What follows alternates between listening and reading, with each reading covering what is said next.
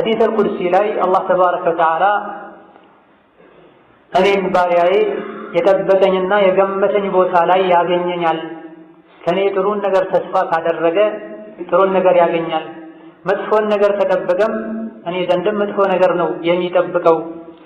ባሪያዬ ካስታወሰኝ እኔ ከሱ ጋር ነኝ፣ ለብቻው ያስታውሰኝ እንደሆነ እኔም ለብቻ ያስታውሰዋለሁ።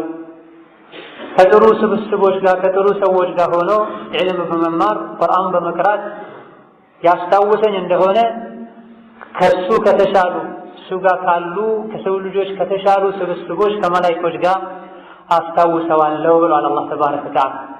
አላህን ተባረከ ወተዓላ ባስታወሰን ቁጥር አላህ ያስታውሰናል። ለብቻችን ሆነን ስንሄድ ስንመጣ ስንበላ ስንጠጣ ያስታውሰን እንደሆነ አላህ ብቻውን ያስታውሰናል። ይሄ ራሱ ትልቅ ሸረፍና ክብር ነው።